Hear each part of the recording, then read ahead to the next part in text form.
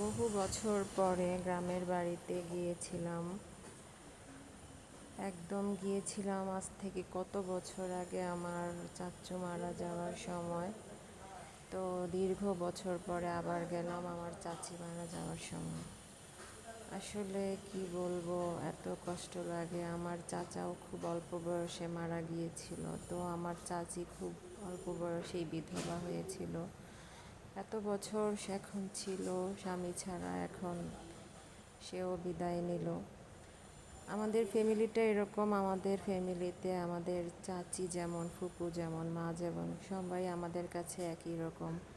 মানে আমরা সবাই সবার কাছ থেকে আমরা একই রকম আদর পেয়ে থাকি। শুধু যে নিজের সন্তানকেই সবাই ভালোবাসে তা না, আমাদের ফ্যামিলিতে আমাদের ফুপু, চাচি, মা সবাই সবার সন্তানদেরকে একই রকম চোখে দেখে থাকেন।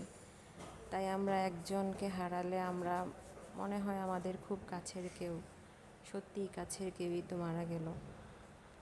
প্রথম ফ্যামিলিতে আমার চাচ্চু মারা যাওয়ার পরে বুঝেছিলাম কাছের মানুষ হারানোর যন্ত্রণা কতটুকু, কারণ প্রথম আমাদের ফ্যামিলিতে আমার চাচ্চুই মারা গিয়েছিল। তারপর আমার বড় ফুপ্পি, এখন আমার চাচি। মানে এই কষ্টগুলো ভোলার নয়। তো দীর্ঘ বছর পরে বাড়িতে গিয়েছি। হয়তো বা এভাবে না গেলে, আনন্দের কোনো দিনে গেলে হয়তো অনেক ভালো লাগতো, বাড়িটা ঘুরে ঘুরে দেখতাম। গিয়েছি এমন একটা সময়ে তখন কোনো কিছুই আর ভালো লাগে না। তারপরও পুরোটা বাড়ি ঘুরে দেখলাম।